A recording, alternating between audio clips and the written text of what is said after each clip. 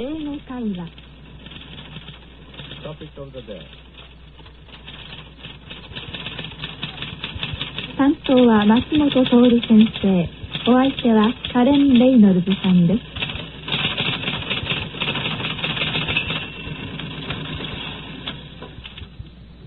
Hello everyone, this is your English conversation program.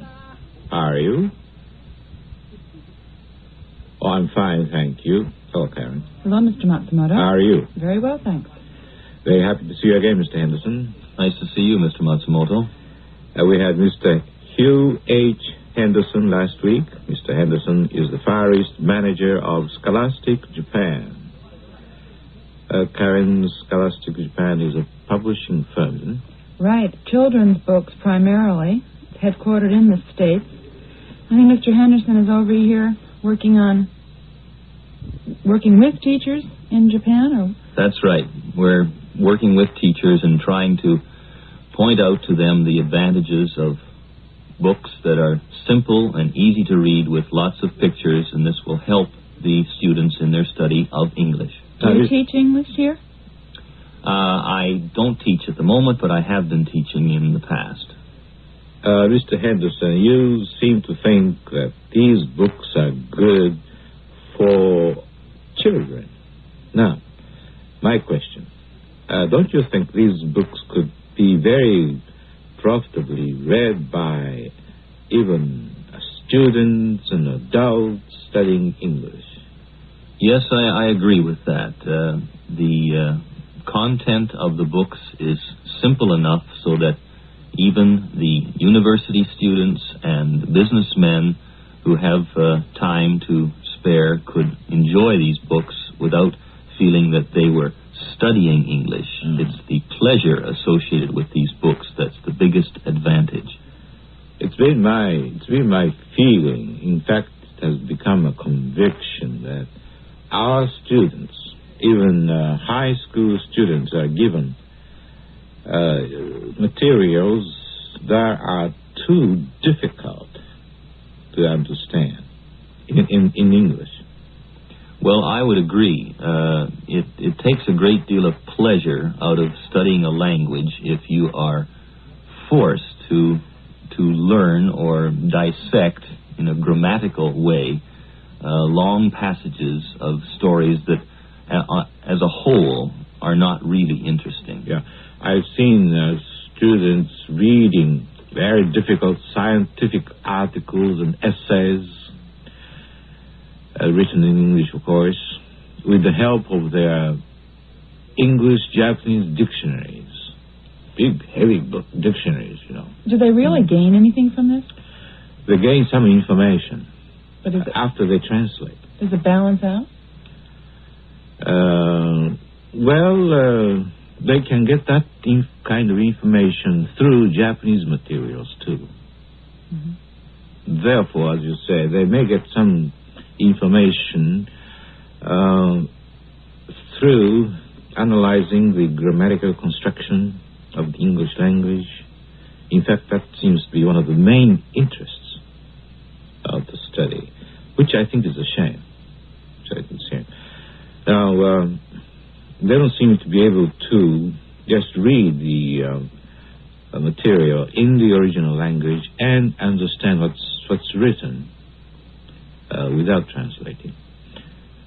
Well, I think part of the reason for that is that in the schools and in their formal study of English, the emphasis has always been on providing some sort of Japanese explanation so that the students have become accustomed to seeing Japanese notes and explanations accompanying any English passage.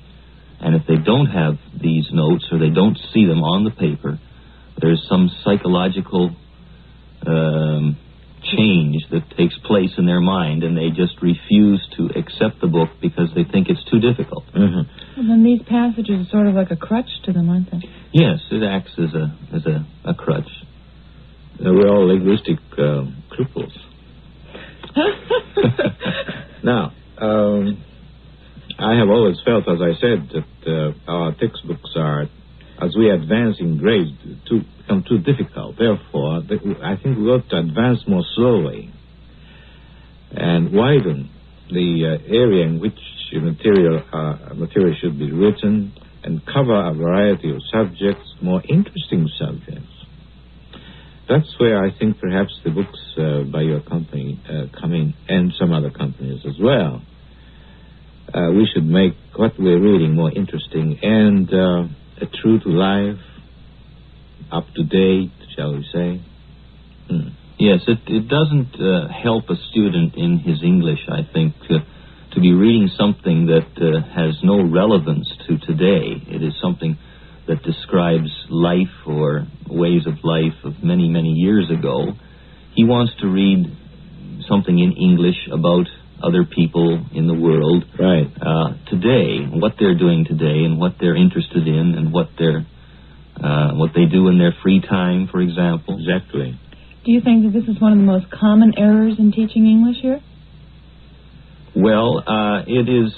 I wouldn't say it's one of the most common, but it's developing into, or has developed into, a sort of a program in the minds of the English teachers and those connected with English that they should insist on providing stories that have great literary value, stories from English literature that have proven to be well known in the Western world. But they forget one thing, that the Japanese student of English is not interested so much in reading that if he can't understand it, and he doesn't want to spend too much time grammatically analyzing these passages because it takes all the pleasure and fun out of learning the language. Right. Now, one more difficulty we seem to have is that of pronunciation. No matter what we say, we don't seem to get understood. And we don't seem to understand what people are saying. What's wrong? Well, in pronunciation there are several problems. English is so different from Japanese that this is the first problem. And Japanese has, in the past, taken many, many words from English and put them into Japanese and write them in the kana form. And when you have a word in kana in Japanese, a student finds it easier to remember it in kana, but the original word is English. Yeah. And so when they try to repeat that word in an English conversation, their mind more easily adjusts to the kana pronunciation. Uh-huh. And things like typewriter come out typewriter, simply because in the Japanese student's mind, that is the pronunciation of the English word, but he hasn't learned the correct pronunciation. Karen, have you ever had any experience of misunderstanding because you used real English? Well, I think like the other day I was trying to find the word for cover, buttons that I would cover.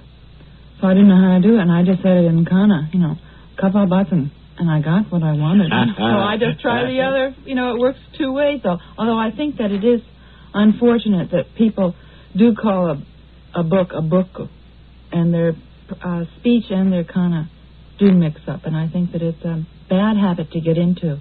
And I think that this is one of the problems with the younger people, that you'll hear them saying they speak English, but they don't really. They're speaking kana. I was reading in the paper the other day about an American woman who was invited to have kali rice for ranchi. She got that straightened out later on, though. Now, as you meet English teachers, as you meet students who are studying English in Japan, what do you really suggest that we do? Well, it's a very difficult problem, and there's no easy solution, of course. You can't provide an instant answer to this.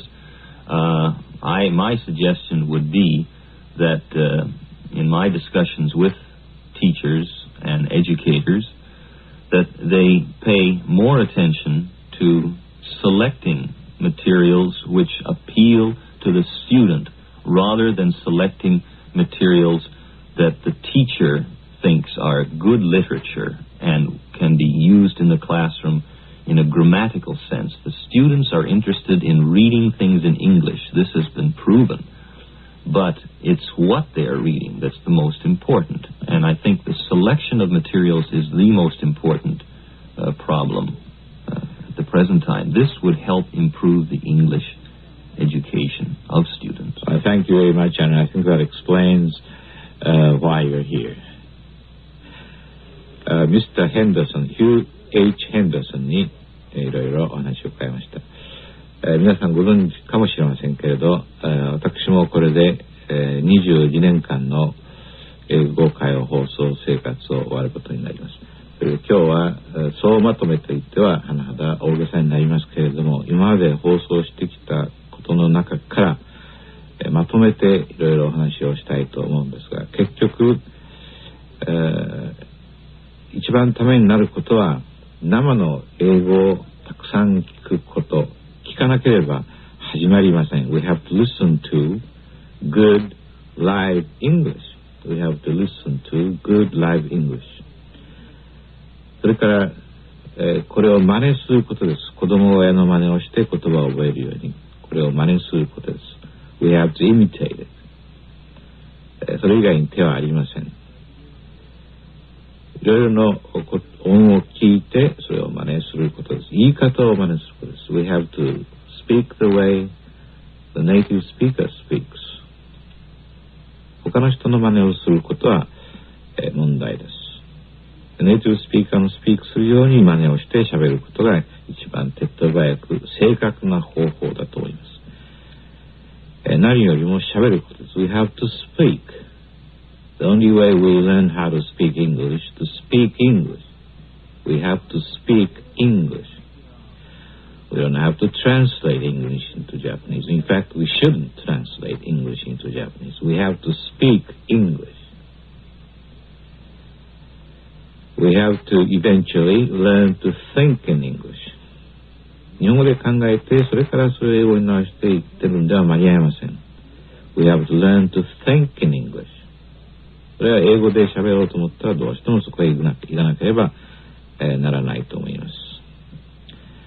で、発音はさっき言いましたように、ネイティブスピーカーのように、話していれば発音は自然と良くなります。あまり細かい発音法を考える必要はありません。体が自然に覚えてくれます。ですから無意識で発音しても正しい発音ができるようにすればいいと思います。暗記をすることも非常にためになります。暗記をするということは、この Thinking in English につながるように暗記しなければダメです。全然意味のわからない英語を暗記してともダメです。それから英語は英語でわかるようにするということも必要です。We have to understand English in English. Try to understand English words in English. したがって初めのうちは図解で、物で、動作で理解します。お母さんを見て mother, father, car, room 何でも物を見ればわかりますから、いちいちそれをお父さんお母さん部屋だ自動車だと訳す必要ないと思います。そういうふうに物で分かっていると思います。こういうふうにして覚えていってください。English, understand English in English. Listen to good English. Imitate good English. Think in English. Speak English. これをやっていれば自然と話せるようになると思います。And now I'd like to take this opportunity to say thank you to each one of you for so faithfully studying English conversation with me all these years. And even after I have left the program, I hope you'll carry on with Mr. Togo. Thank you, Mrs. Reynolds. And goodbye, everyone. 担当は松本徹先生。お相手はカレン・レイノルズさんでした。英語会話を終わります。